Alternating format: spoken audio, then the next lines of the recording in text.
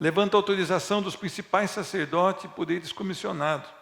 Ao meio-dia, ó rei, indo eu caminho fora, vi uma luz no céu, mais resplandecente que o sol, que brilhou ao redor de mim e todos que iam comigo.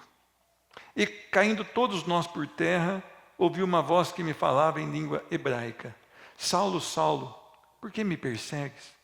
Dura coisa é recalcitrares contra os aguilhões. Então eu perguntei: quem és tu, Senhor? Ao que o Senhor respondeu: eu sou Jesus, a quem tu persegues.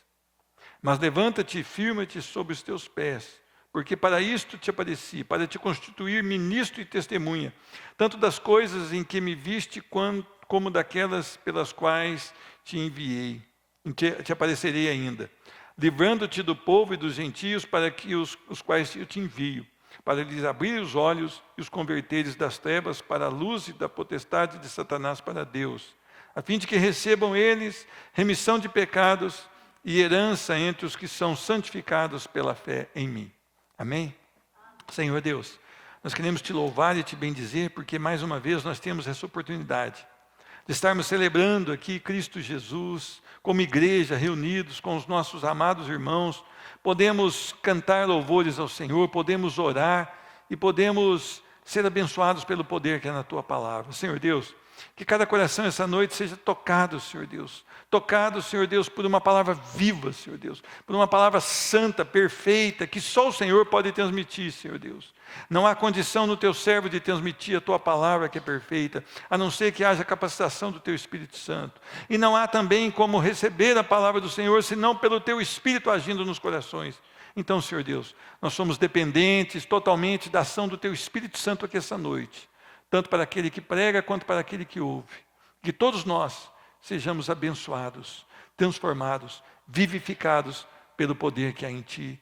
É no nome de Jesus que eu oro e agradeço. Amém. Meus irmãos, essa semana nós tivemos aí uma semana bastante agitada, né? Onde pessoas dizendo que um falava mentira e outro dizendo, não, eu falo a verdade. Eu sei que os corações do povo acabam se preocupando um pouco, porque é o nosso país, é a nossa nação, né? E nós sabemos que a única verdade que realmente liberta é Cristo Jesus. E o que nós temos falado nesse púlpito é sobre Cristo Jesus. E que eu pretendo pregar até o meu último dia de vida, eu não sei se ele está longe, se ele está próximo, mas é Cristo Jesus. E a minha oração tem sido feita para que o Senhor não me deixe, e nenhum pregador que suba nesse púlpito se desvie da verdade do Evangelho da Graça. Eu tenho afirmado e reafirmado aqui que nós precisamos entender que o Evangelho é suficiente na nossa vida. E ele é suficiente para a nossa vida. Então nós não devemos buscar nada fora do Evangelho da Graça. Nós não devemos estar apalpando coisas para ver se achamos alguma coisa nova. Nós temos tudo reunido nesse livro, a Palavra de Deus. E nós devemos nos satisfazer somente nesse livro, a Palavra de Deus. Meus irmãos, quando nós estamos aqui, diante desse discurso de Paulo perante o rei Agripa, né? Ali já aproximando talvez ali do seu tempo, Paulo então, ele vem falar algumas verdades aqui. Primeiro, ele tentava viver numa verdade, mas vivia uma mentira. Meus irmãos, se nós hoje abrimos a nossa página de internet, qualquer uma delas de notícias, você vai ver quantos escândalos nós temos visto. Agora há pouco, um pastor que foi morto, supostamente, não sabemos se é verdade, porque teve um caso extraconjugal. Agora ficamos sabendo que o próprio filho matou, e que parece que a mãe também, pastora, segundo denúncias, não podemos afirmar que isso seja uma verdade, eles colocavam ali alguns medicamentos na sua comida para que ele logo falecesse. Quanta confusão nós temos vivido. Por quê?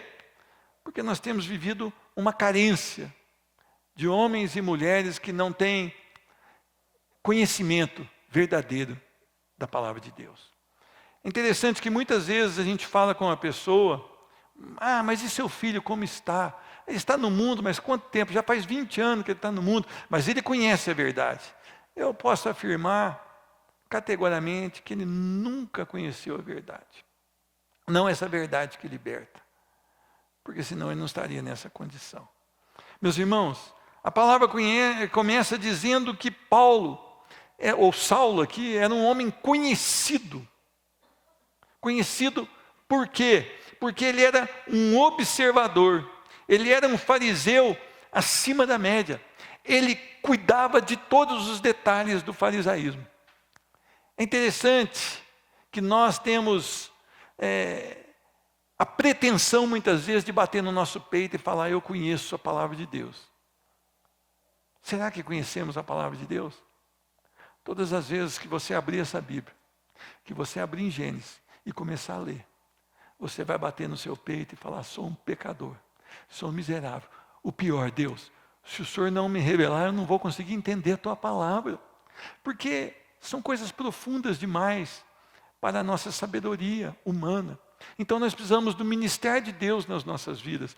Paulo estava fazendo tudo com bastante zelo, achando que ele estava fazendo o que era certo.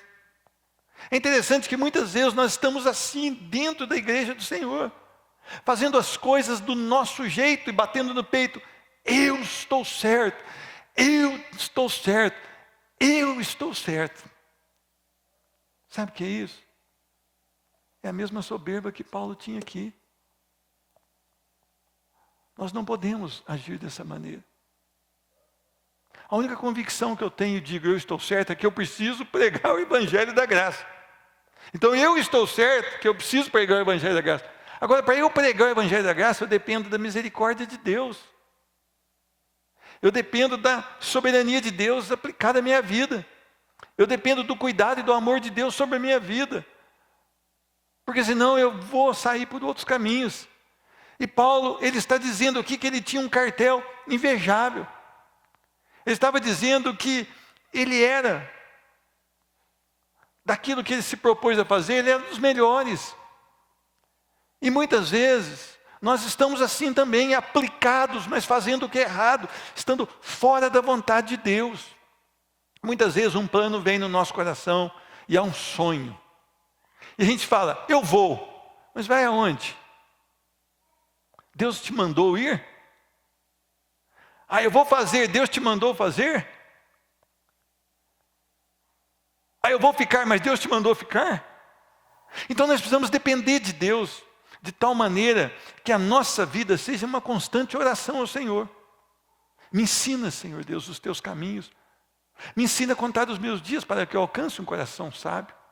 Senhor Deus, eu não posso nada em mim mesmo. E é interessante que agora no versículo 6, Paulo se encontra do outro lado, sendo julgado por quê? Por causa da esperança da promessa que Deus fez aos seus pais. Que os judeus, eles anelavam ter, que eles esperavam ter, mas não haviam experimentado. Eles ainda estavam naquele ritmo. Uma vida religiosa sem Cristo Jesus, sem a verdade. Será que isso está acontecendo hoje?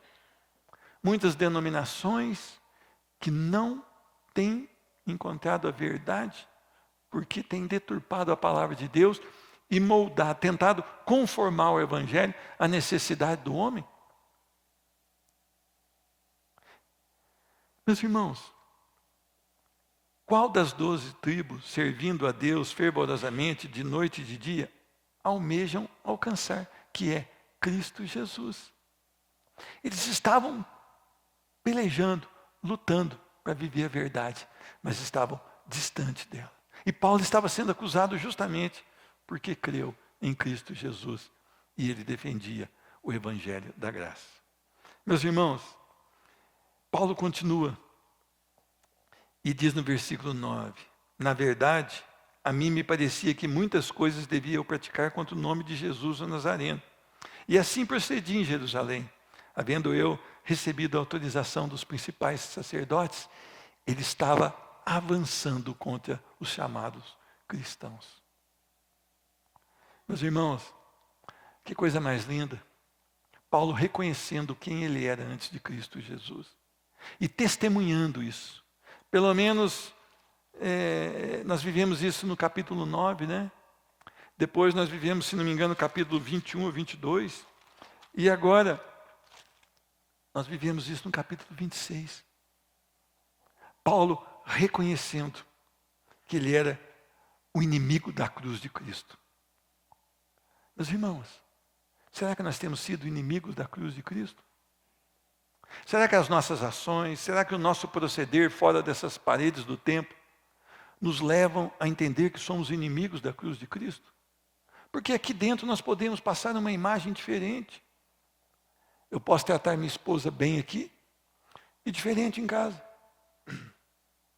Eu posso tratar meu irmão bem aqui e diferente fora do templo. Como tem sido a nossa experiência com Cristo? Como tem sido a nossa vida com Cristo? Muitas vezes, diz no versículo 11, os castiguei por todas as sinagogas, obrigando-os até a blasfemar. Ele andava enfurecido contra os cristãos. Interessante que ele partiu com essa intenção para Damasco, versículo 12. Porém, ao meio-dia, Deus vai ao seu encontro. Paulo, ele já achava que tinha Cristo Jesus. Ele já achava que era um servo do Deus vivo. Mas Deus vai ao seu encontro, porque Paulo estava perdido dentro do chamado tempo de adoração. Eu já não digo igreja do Senhor, porque ele não estava na igreja verdadeira do Senhor. Mas ele estava entre aqueles religiosos que diziam amar a Deus. Mas o próprio Cristo vai ao encontro de um homem perdido, cheio de religiosidade, cheio de intenções, mas sem o evangelho da graça. E é interessante que a luz brilhou, todos caíram, e diz a palavra que em língua hebraica, Saulo aqui em hebraico, né? Se fosse na linguagem de Roma, Paulo, né? Mas olha o que diz a palavra. Saulo, Saulo, por que me persegues? Dura coisa é recalcitrares contra os aguilhões. Meus irmãos, imagina a força humana se opondo contra a autoridade de um Deus santo, poderoso e soberano. É isso. Recalcitrando contra os aguilhões. É a força humana se opondo, contrapondo, lutando contra tudo aquilo que Deus é. Assim tem sido muitos de nós. Assim tem sido muitos de nós. Meus irmãos, neste momento, acontece algo com Paulo. Ele pergunta: quem és tu? Eu sou Jesus a quem tu persegues. Mas levanta-te e firma sobre os teus pés, porque para isso te apareci, para te constituir ministro e testemunha. Interessante que Paulo, nesse momento, vê a sua antiga vida ruir. Paulo vê desmoronar tudo aquilo que ele tinha vamos dizer, no seu currículo. Perseguidor, fariseu zeloso. O que mais? Ele era o primeiro na sua religião, era o campeão da sua religião, né? O que mais? Erudito, sábio, conhecedor de outras línguas, cheio de si mesmo. Aquele homem que batia no peito e falava: eu sou o cara. Eu sou a pessoa que resolve todas as coisas. Aquela hora, tudo isso vai ao chão. Tudo isso quebra em pedaços e vai ao pó. Nós precisamos entender que aí sim acontece o novo nascimento. Quando o antigo eu rui, vira ruína, vira um montouro. Quando não serve para nada. Quando eu passo a não confiar mais naquilo que eu sou, naquilo que eu tenho e naquilo que eu posso dentro das minhas forças. Nós precisamos entender que é isso que Deus faz com o homem arrogante. Quando Ele quer aquele homem, Ele vai àquele homem, Ele coloca aquele velho homem por terra e gera um novo homem. Nós precisamos entender que não há como as pessoas baterem no peito e falarem: eu nasci de novo, sem que rua a sua antiga vida. sem que a sua antiga vida vá ao pó. Nós não podemos ter duas vidas, uma vida antiga e uma vida nova. Não há essa opção, não há essa possibilidade. Meus irmãos, houve aqui um esvaziamento de Paulo. Esse esvaziamento só o Espírito Santo pode promover. E é interessante que esse Espírito Santo, ele trabalha e nos esvazia de nós. E ele nos arremete a quê? A condição de humilhação de Cristo Jesus. Que mesmo sendo Deus, não usurpou ser como Deus. Não se agarrou à sua glória. Mas se esvaziou e se fez homem. E veio como homem limitado e morreu na cruz do Calvário. Meus irmãos, é isso que nós precisamos ter. A humilhação de Cristo em nós, e só o Espírito Santo promove, e só no novo nascimento nós vamos encontrar isso. Nós somos arrogantes. Essa semana eu falava com a pastora ali fora, nas nossas manhãs de oração. Falei, pastor, eu li um livro que chama Ego Transformado, é um pequeno livro. E eu só guardei uma frase desse livro. Não se fere sentimentos. Sentimento não pode ser ferido, o que é ferido é ego. Então, normalmente, eu falo, ai, você feriu o meu sentimento. Não! Você feriu foi meu ego, por isso eu estou querendo combater com você, por isso eu estou querendo dar o troco, por isso que eu estou querendo arrumar argumentos. Não há humilhação. Nós não temos visto isso nas chamadas conversões atuais. As pessoas saem galopando, mas não há o tempo de humilhação. As pessoas saem fazendo coisas que você fala, mas não é possível, sobe em poste, pula, grita, dá salto mortal, diz que converteu, mas não há o tempo de humilhação. Porque não há conversão. A conversão fez com que Paulo entendesse a miséria de sua vida.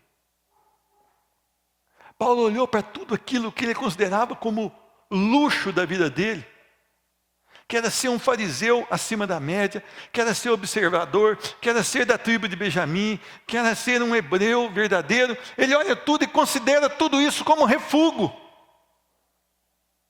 Ele considera tudo isso como esterco, porque ele encontrou algo maior, Cristo Jesus, crucificado e ressurreto ao terceiro dia. Então Paulo não tinha mais que se gabar. Muito pelo contrário. Ele entendeu a miséria que era a vida dele. E ele foi confrontado com o quê? Com o seu próprio pecado.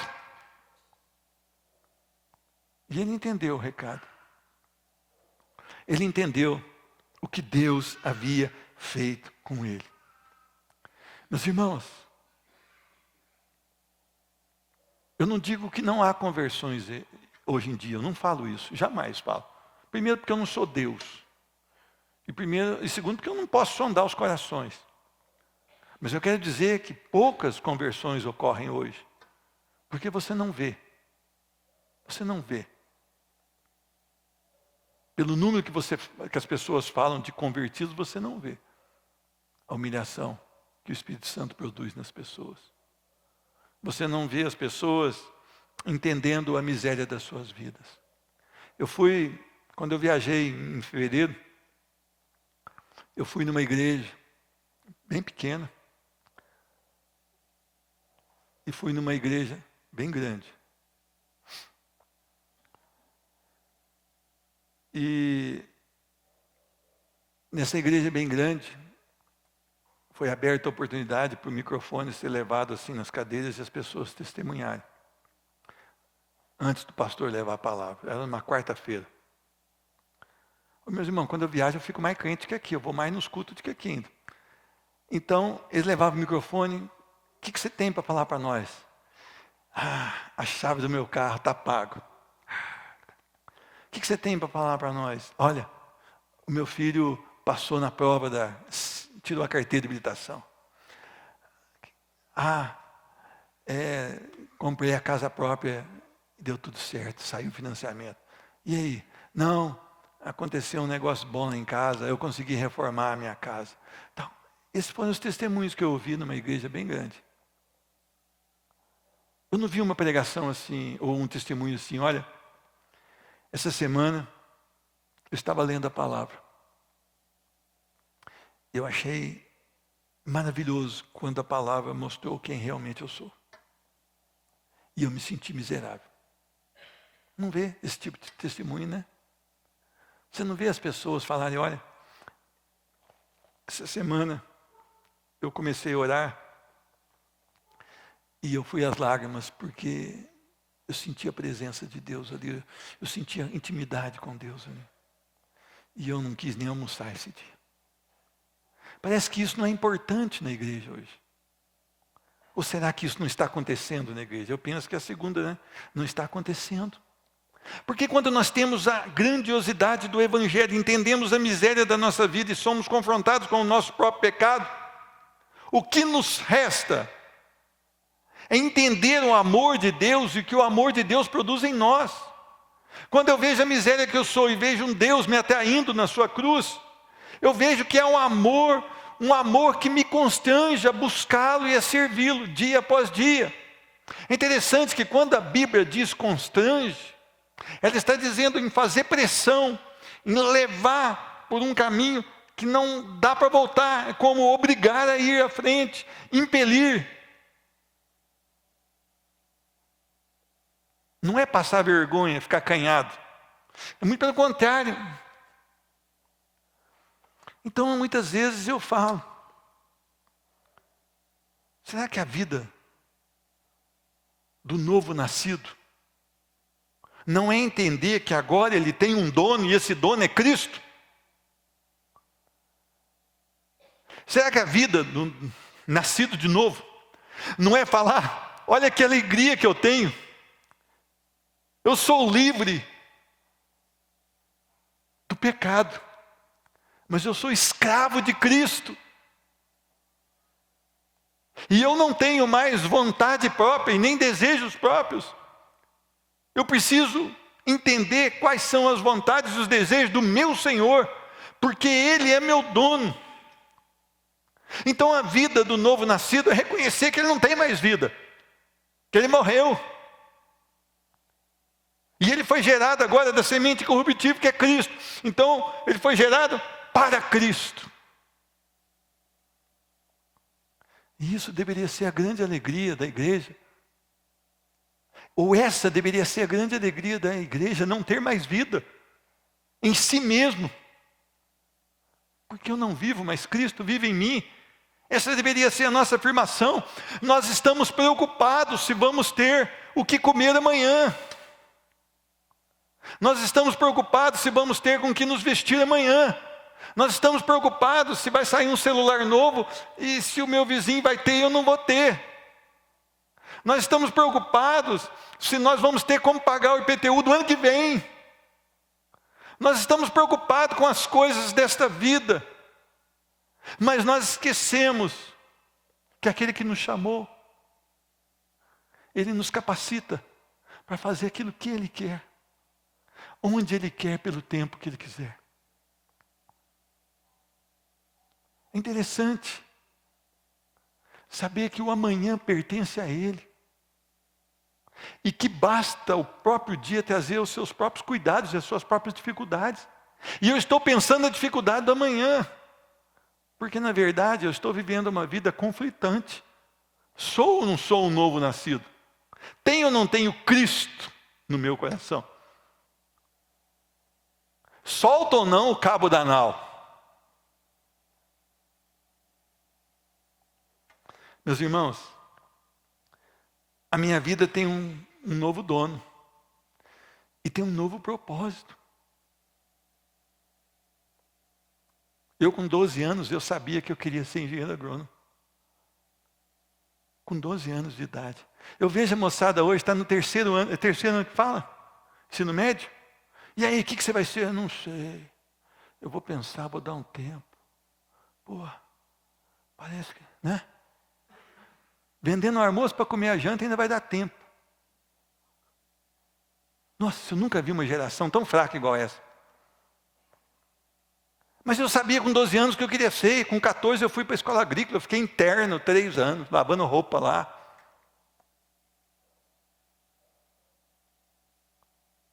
Mas eu queria. Só que depois de uns anos, Jesus me chamou. E a agronomia já não implicava nada na minha vida mais. Já não era mais a importância da minha vida. Mas isso não foi uma coisa que eu planejei, foi que Cristo planejou. Porque se fosse no meu plano, eu continuava sendo agrônomo. E me vangloriando disso. A cruz de Cristo me atraiu também, para a glória dele. Então a minha vida tem um novo propósito, e o propósito da minha vida deveria ser adorar e servir ao Senhor. E eu adoro de que maneira?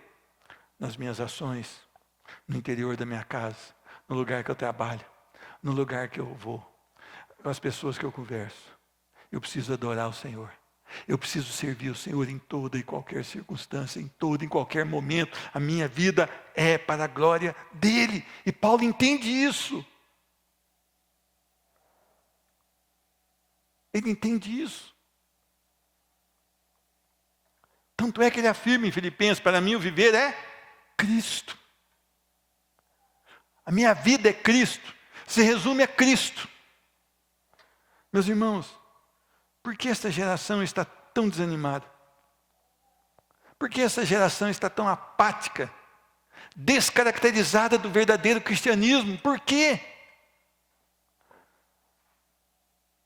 Gente,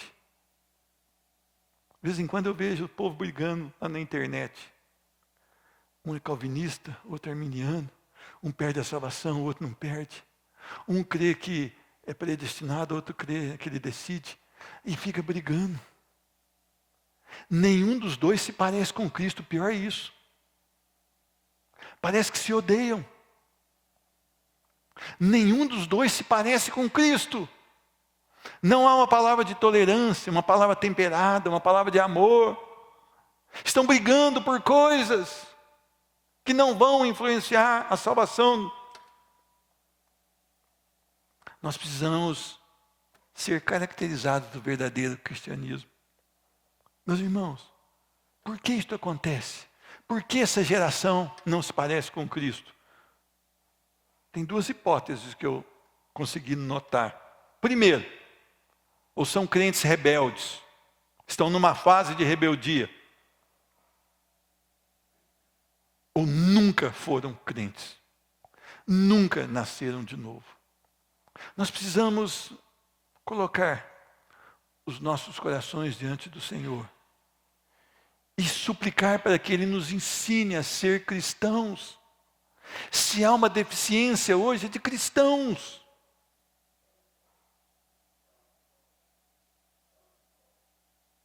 Quando a palavra diz, olha, os campos estão prontos, rogue ao Senhor que mande trabalhadores. Por quê? Os campos estão maduros. Mas cadê os ceifeiros?